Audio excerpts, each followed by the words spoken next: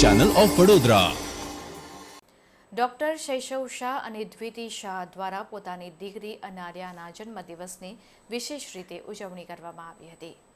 Mahavir foundation અને Mahavir international trust Vadodara દ્વારા સમા ખાતે રિધમ હોસ્પિટલની સામે ગરીબ બાળકો માટે ટ્યુશન પદ્ધતિથી નાના ભૂલકાઓને શિક્ષણ અપાઈ રહ્યું છે, જેમાં બાળકોને પ્રાર્થનાથી લઈને શૈક્ષણિક બાબત, સામાજિક બાબત, ધાર્મિકતા અને સમાજ ઉપયોગી બાબતોની વિસ્તૃત માહિતી પાયામાંથી આપવામાં આવી રહી છે।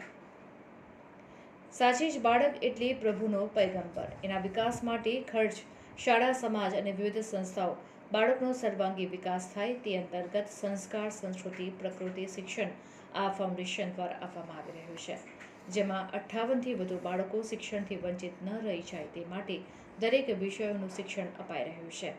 તે ખરેખર અન્ય સમાજ સેવા સંસ્થાઓ દ્વારા પ્રેરણારૂપ બાબત જોવા મળી છે।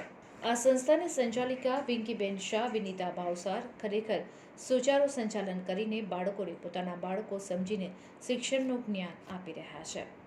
ત્યારે આજે ડૉક્ટર દંપતી અને તેમના દાદા દાદી સુનિલભાઈ ચોકસી, બિંદુ ચોકસી દ્વારા બાળકો સાથે સમૂહમાં કેક કાપીને વેફર્સ, ફ્રૂટી, સમોસા, પાણીની બોટલ અને ટોપીનું વિતરણ કરવામાં આવ્યું। આમ માનવી માનવ થાય તોય ઘણું એ માનવતાનો ઉત્તમ સ્વાદ ડૉક્ટર દંપતી દ્વારા પોતાની લાડલી દીકરીને ભૂલકાઓ સાથે બેસાડીને જન્મદિવસની અનોખી રીતે ઉજવણી કરવામાં આવી, જે બીજા માટે પ્રેરણારૂપ સાબિત થાય છે।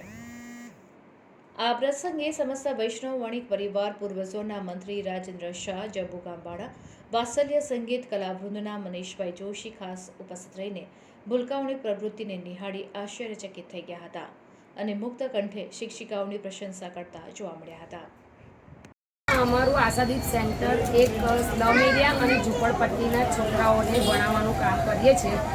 આ આશાદીપ સેન્ટર એક મોટું નામ છે મહાવીર ઇન્ટરનેશનલ ફાઉન્ડેશન અને મહાવીર ફાઉન્ડેશન ટ્રસ્ટ, એ બંને ભેગા થઈને આ આશાદીપ સેન્ટર ચલાવે છે। આપણા બરોડામાં 35થી 37 સેન્ટર ચાલે છે, દરેક એરિયામાં એક સેન્ટર ચાલે છે અને અહીંયા પાછળથી ઝૂંપડપટ્ટી અને સ્લમ એરિયાના છોકરાઓને અમે ટ્યુશન તરીકે 2 કલાક દરરોજ ભણાવીએ છીએ।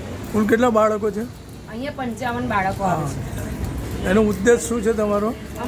એનો ઉદ્દેશ એવો છે કે બાળકો કેવું કે નીચલી કોમના બાળકો હોય છે ને, એ કેવું કે 8મા ધોરણ કે 10મા ધોરણ સુધી ભણે, પછી આગળ ભણતા નથી, તો એ લોકોને કંઈક ભંગાર્યું ના જાય કે કંઈક બી કામ કરવા જાય તો એ લોકોને એટલીસ્ટ પૈસા ગણતા આવડવું જોઈએ કે એ લોકો પરફેક્ટલી પૈસા ગણી શકે, કાં તો ધંધો કરી શકે, કે કંઈક દુકાન ખોલી શકે। અમારો મંતવ્ય એવું જ છે કે એ લોકો એકદમ વ્યવસ્થિત પૈસા કમાઈને એ લોકો સેટ થઈ જાય।